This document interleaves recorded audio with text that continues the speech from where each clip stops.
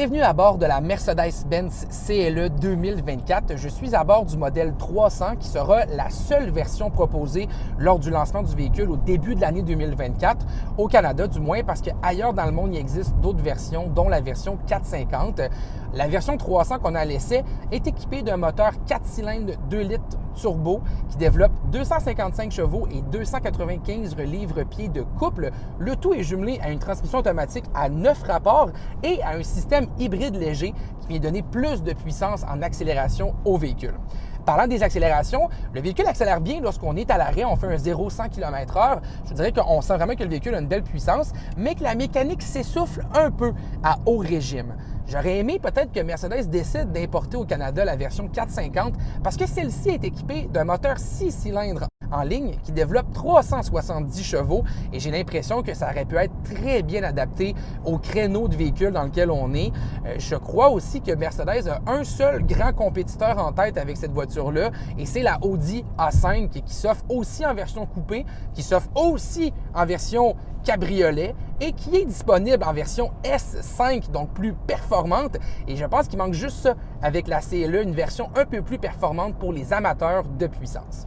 Par contre, on est dans une voiture qui est plus de type berline. Donc, ce que ça veut dire, c'est qu'on a beaucoup de confort lorsqu'on est sur la grande route. On a beaucoup d'espace aussi. On a un coffre de 420 litres à l'arrière. Ce coffre-là, selon Mercedes, peut accueillir 3 sacs de golf. Honnêtement, pour l'avoir vu, je pense que c'est plus 2 sacs qui vont bien rentrer. Mais bon, Mercedes parle de 3 sacs.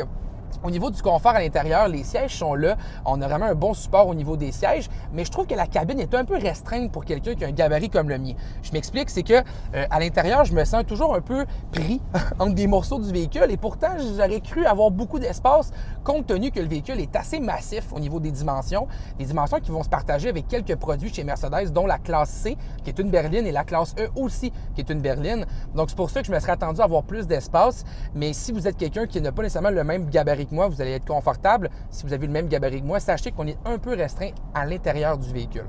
Au niveau de l'équipement, on a une panoplie de choses, dont un système de son Burmstar de 17 haut-parleurs qui sonne extrêmement bien.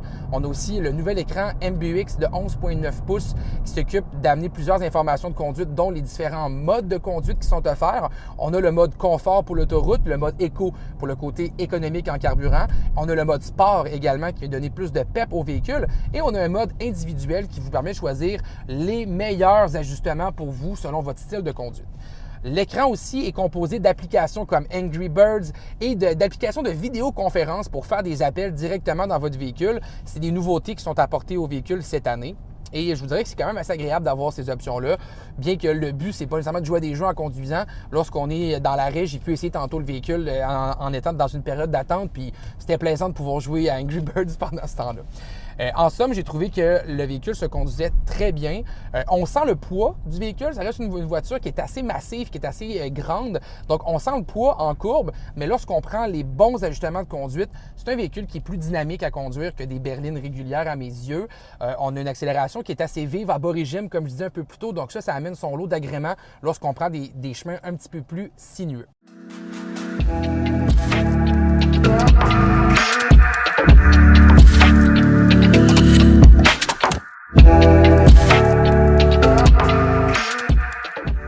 J'ai passé un bon moment à bord de la Mercedes-Benz CLE 2024, un véhicule qui, bien sûr, sur les routes d'Espagne, était très bien adapté à la situation.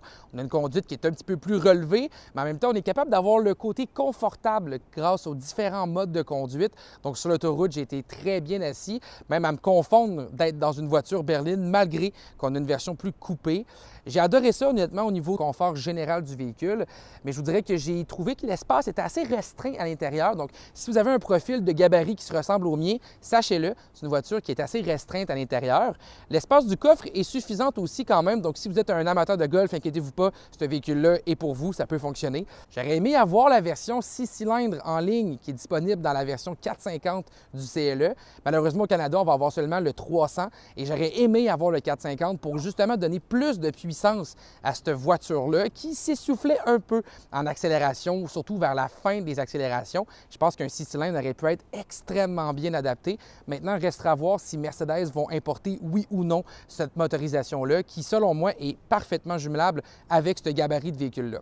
Au niveau des prix, c'est impossible de vous dire les prix du véhicule pour le moment. On n'a pas encore l'ensemble de l'information, mais ça s'en vient. Mercedes nous confirme que les voitures devraient arriver au début de l'année 2024 et les prix, par le fait même, arriveront dans les mêmes moments. Donc, pour l'instant, je ne peux pas vous dire combien coûte cette CLE 2024.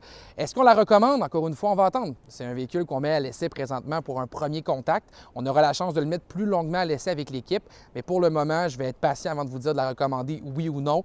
On va attendre de voir qu'est-ce qu'il y en a au niveau de la fiabilité. Même si la motorisation se retrouve dans d'autres produits, on va attendre un petit peu avant de recommander le véhicule. Merci et bonne journée!